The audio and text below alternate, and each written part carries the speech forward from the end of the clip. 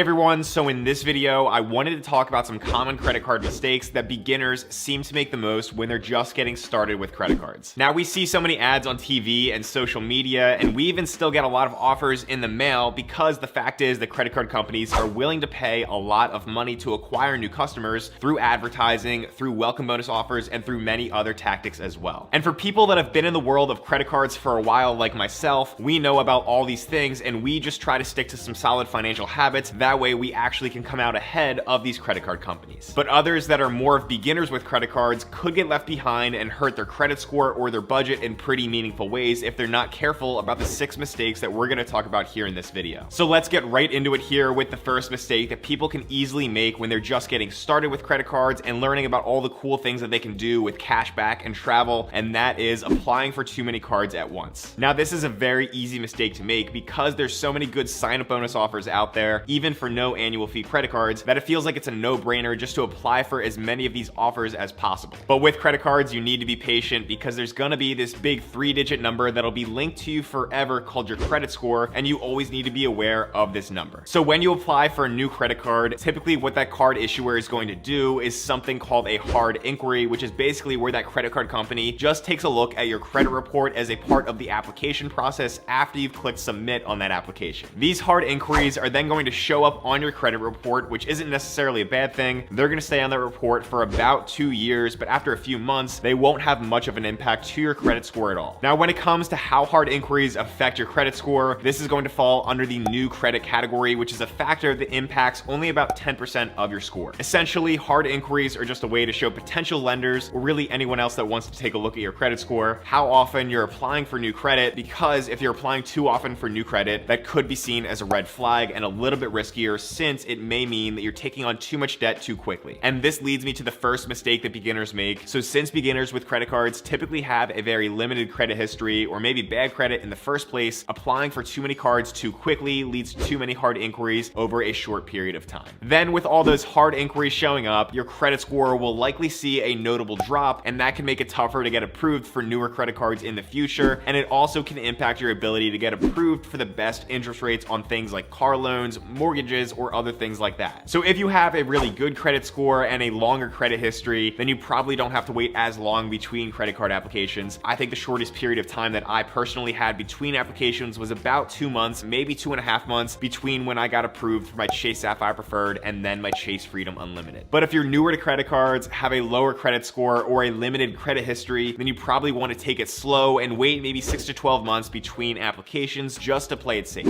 Everyone has their own situation and what works best for them, so some people are going to say you don't have to wait this long between applications. Me personally, I do like to play it safe and not rush my applications, so none of the information in this video is financial advice. You just need to do your own research. There's also certain specific rules that you need to consider across different credit card issuers, like the famous Chase 524 rule, which says that you will not be approved for any new Chase credit cards if you've opened 5 or more personal credit cards across all issuers in the past 24 months. So the point is, if you're a beginner with credit cards, just get one simple, no annual fee credit card to start, use it responsibly, pay it off on time and in full every single month for several months, and then reevaluate from there. And this leads me to mistake number 2, which also goes along with applying for new credit cards, and that is getting the wrong cards, especially early on in your credit card journey. There's gonna be a lot of cards out there, and like I said, with all the constant ads and mail offers that we receive, sometimes it can be tempting to apply for a new credit card just because that offer seems good at first. I mean, it is the job of the credit card company to sell you on their product and make it sound good, but that doesn't mean that it's the best option for you. You also need to take into consideration something called opportunity cost, which is a pretty basic concept, and it applies to almost any financial decision that we make. Basically, if you go with one option, what are you giving up by not going with another, possibly better option instead? So for example, I like to talk about something like the Apple Card versus the Chase Freedom Unlimited as an easy way to think about this type of thing. Now, I explained this example in a little bit more detail in my Apple Card review video, but basically, assuming that you can get approved for both of these credit cards, the Apple Card might seem a little bit more appealing at first because it gets you 2% back on everything with Apple Pay, whereas the Chase Freedom Unlimited only gets you 1.5% back on everything. But the Chase Freedom Unlimited typically has a welcome bonus offer of at least $200, whereas the Apple Card typically has no welcome bonus offer. So right there, by choosing the Apple Card over the Freedom Unlimited, your opportunity cost up front is going to be $200 due to that lack of a welcome bonus. Plus, like I mentioned before, there is that Chase 524 rule that you want want to think about. So generally, if you're just getting started with credit cards and you're looking to get more cards in the future and you really want to maximize your value, you're going to want to start with Chase cards and prioritize those first before getting other credit cards from other credit card issuers, because you could always get those later. So opportunity cost is a big thing to think about, but you also want to be thinking about annual fees as well. Now, usually annual fee credit cards are going to be a little bit tougher to get approved for as a beginner, but lately I have been seeing more and more people getting approved with a fairly short credit history to get these credit cards that are more premium and have better benefits. But I personally do not think that it's a good idea to go for these annual fee credit cards right away as a beginner, even if you are able to get approved. What I would do is I would have a plan, start out with an easy card to get, like maybe the Discover It card, which has no annual fee. Then after a year or so of using that, go over to a Chase card like the Freedom Flex or the Freedom Unlimited. Use those 3 cards maybe for a year or 2, build up your credit score, and then look at annual fee cards if it makes sense for you. What I would recommend and what I would do in that type of plan is I would go for the Chase Sapphire Preferred at only $95 per year to create that Chase trifecta, which is such a great setup. I've made plenty of other videos here on my channel talking about that setup, those Chase cards, as well as some other good cards that you can consider as a beginner. So make sure to go check those out after watching this video and subscribe as well for more content just like this. Along with the mistake of not getting the right credit cards at first, I also want to add that in the future, if you do decide that travel credit cards are right for you, then I would highly recommend that you start by getting cards that earn flexible points currencies, such as those offered by Chase, American Express, Citi, Capital One, and others, because those credit cards with flexible points currencies are going to give you more redemption options, which is very, very valuable in today's world. Other credit cards that only earn one type of points or miles for one specific hotel chain or airline, those credit cards are going to be much more limiting, so it's definitely something to be aware of. I still mainly focus on Chase and American Express credit cards right now because of this reason. I like to have that points flexibility with my redemption options, and I know that I can always get those hotel and airline credit cards later on if I want to. Okay, now for the next 2 mistakes, I'm going to kind of group them together to talk about them because they both have to do with spending, and these 2 mistakes are going to be maxing out your credit card and not treating your credit card as cash. I always had this instinct from the start to treat my credit cards like cash and only use them to pay for something if I already had at least that same amount set aside in a separate bank account in cash. That way I could pay off that credit card balance in full completely if I wanted to, whenever. But many other people just don't make the same connection at first. They might see that a bank gives them a $5,000 credit limit, and then they think they could just borrow against that credit limit whenever they want to and not have to worry about paying that back until later. They don't really think about how or when they're going to pay that back. This is something that most credit card companies are counting on when they issue their cards to people that don't take the time to understand them. These companies know that if there's a leftover balance at the end of the month that people don't pay in full, they're going to be able to charge them between 15 to 25% interest on average, which is very, very high. And that is just easy profit that goes back into the pockets of these companies. I explained the whole process of paying your credit card bill to avoid interest in another recent video that I did, so go check that out if you want to after watching this. But credit cards are a very dangerous form of borrowing money, and they can be an expensive way to fund your life if you don't pay that money back in time. So only use credit cards if you know that you're going to treat them like cash and pay off your credit card balances on time and in full every single month by the payment due date. Otherwise, the 15 to 25% interest that you'll be charged for carrying over a statement balance to the next month, that is going to far outweigh any of the 1 to 5% cash back or travel points that you might earn with any of those cards. Maxing out a credit card also goes along with this because, like I said, a lot of times people will see that they're given a certain credit limit and then they think they can use that entire credit limit completely if they want to, but that is the wrong way to think. That's because using up too much of your available credit limit at one time is going to increase your credit utilization, which is another thing that we've talked about here on this channel. Your credit utilization is one of the 2 most important factors affecting your credit score, along with payment history, and credit utilization is going to impact about 30% of that score. Credit utilization is simply the balance on a credit card divided by the credit limit for that card. So for example, if you had a credit limit of $5,000 and then a balance of $100, that is going to be a 2% credit utilization, which is actually a good thing because that's very low and it shows that you're responsible with the amount of credit that you've been given. But if you really like to spend and you end up with a balance of $4,000, maybe you went shopping, maybe you bought your family's groceries for the month or something like that, that is going to be a credit utilization of 80%, which is too high and likely going to negatively impact your credit score if that amount gets reported to the credit bureaus. So you want to be aware of your credit card balances relative to your credit limits on each card, as well as combined across all of your cards, because credit utilization is going to be looked at in both ways. But basically, when it comes down to not maxing out your credit cards and treating your credit cards like cash, the most important thing to do is stick to a budget, stay organized, and understand your spending habits very well. Maybe I'm a little bit weird with my money, but I actually look forward to budgeting and updating my expenses every Sunday morning because I just feel more comfortable knowing where where every one of my dollars is going. I've always believed that the more visibility we have over our financial information, the better off we will be over the long term when it comes to building wealth and sticking to the right money habits. All right, now moving on to credit card mistake number 5 here, and this is going to be another marketing trick used by credit card companies to get new customers in the door, so it's definitely something to be careful of, and that is going to be 0%